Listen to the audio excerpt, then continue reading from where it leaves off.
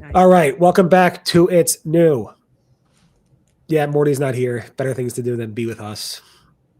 It's How just not dare right. he? To How be dare fair, there's a lot better things to do than be here with us. Name one thing. What, go on a holiday or something? I don't know. What would you want to do? I mean, Spend time with his family? does he like his family? I'm not sure. I think he loves I don't them. know. He made his family, so I don't know how much he could like them. I don't know. No. Anyway, I'll be talking about what everybody loves, search ranking volatility, and a bunch of other things. Greg, what do you got for us? X gonna give it to you in your Google Ads account video. That's turned out to be like a song, and then you stop singing it, and then you just... Yeah, it's DMX, RIP. I have no idea what's going on. Honestly. Oh, DMX passed away. I know it's been No a idea. while. So yeah. All right, and not for us. Brand exclusions come to Google standard shopping. Awesome. All right, so wouldn't be a week without search ranking volatility. Yes, we had one earlier this week, but it was actually the weekend, and now we're seeing significant volatility starting on the 12th of November. A lot of chatter on the Search Engine Roundtable, tons of it actually. I can summarize some of it. The tools actually also almost all of them spiked on the 12th, so it's good to see the tools starting to like pick up on these things again. So yeah, if you did notice any big ranking volatility over the past day or so, you were definitely not alone. And then Google updated and clarified its reviews structure data documentation, basically saying that site owners should avoid using multiple ways of indicating what's being reviewed. They did this to make it clear that how nesting in reviews and aggregator ratings are interpreted and handled by Google Search. So take a look at that documentation. It's all about that, how you nest these reviews, and you just be consistent with that, which is very important. And if Morty was here, he would want to talk about AI, so I'm going to talk about it on his behalf. I don't have a Morty voice, so I'm sorry. But basically, Google is now going to start rolling out by early December. You'll all have it. Ads Advisor and Analytics Advisor. This is something that Google kind of like teased back in early 2023 and then began testing a lot in the past year or so, where it was initially like this AI chatbot in ads, Google Ads, and then they renamed it just like a couple months ago to Ads Advisor in August. And now Google announced that Ads Advisor and Analytics Advisor is rolling out in English languages globally in early December for everybody.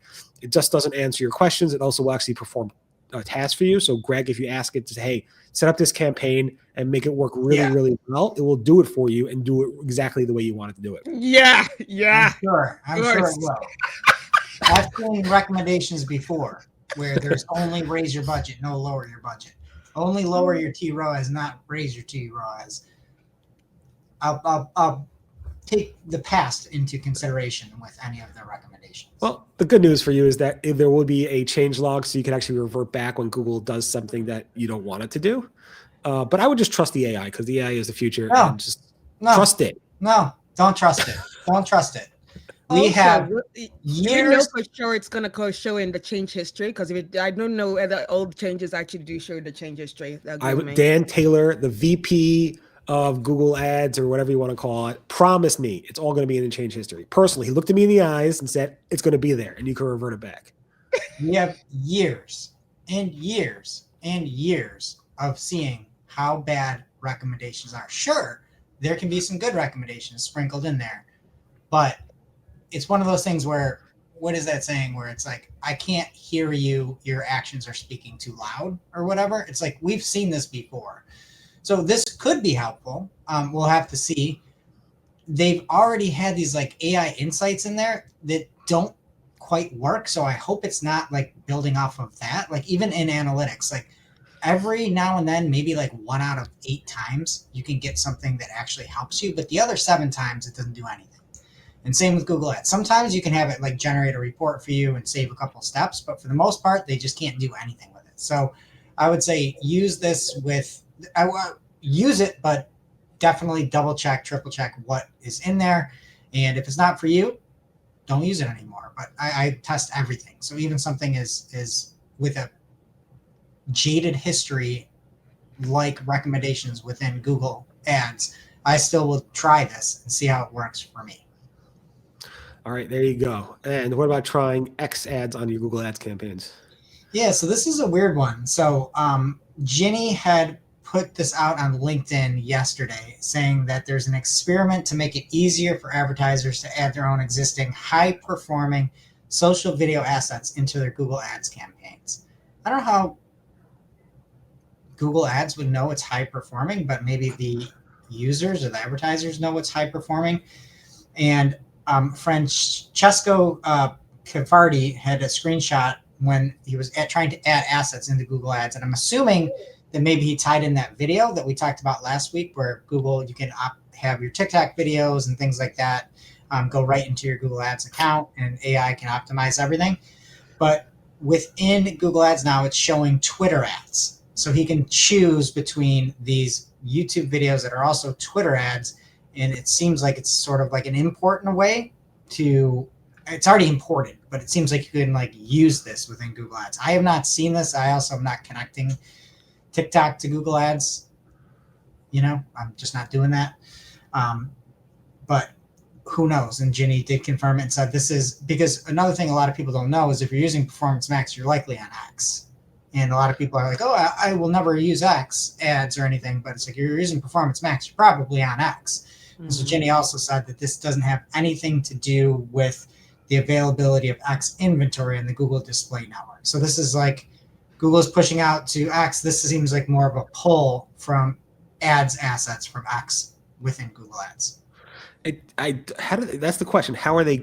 Is this guy connecting his Google Ads account to his X account? I don't think so. Is it Google just like fetching these somehow, through algorithms?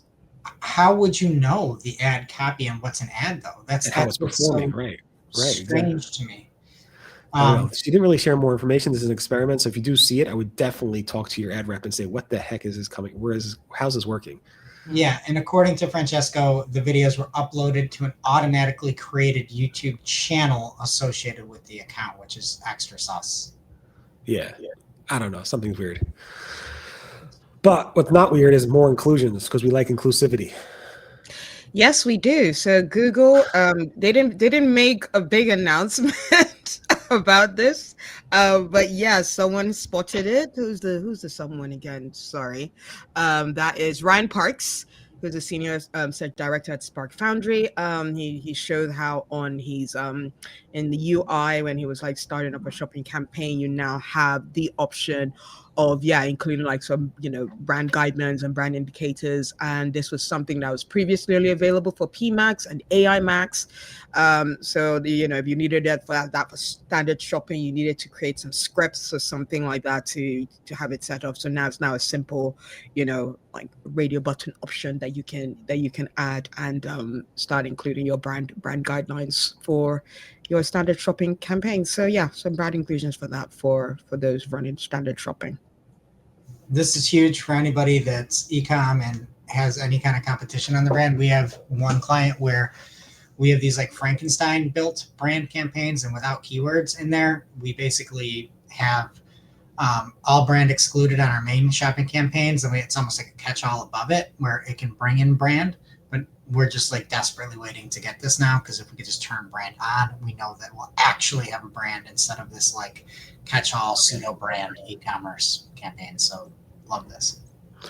Awesome. All right. Looking forward to it. Everyone have a great weekend. We're back on Monday with more It's New. And of course, check out the PPC live channel, check out the Marketing O'Clock channel.